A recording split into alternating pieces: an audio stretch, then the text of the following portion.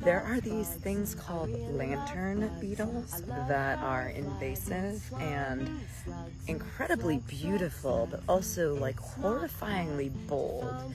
During my performance yesterday, one of these beetles flew with an incredibly rigid exoskeleton as fast as it could into my neck, like seemingly thinking that if it flew as fast as it could, it would just blow through my neck, right, and come out the other side.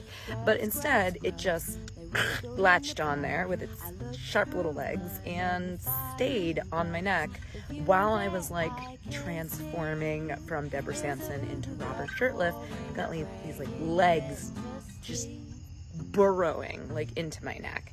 And suddenly I was like, okay, I can't. Like, usually it's like, don't break rules, don't scratch your nose, don't burp on stage, don't do any of these things that are going to take the audience out of it. But in that moment, I was like, F that. I was like, got to get this thing off. Not even Deborah, in a moment of like, consternation, would have the patience of what this beetle was doing to me. And I've literally given a tour when I was being stung by a bee. This was worse.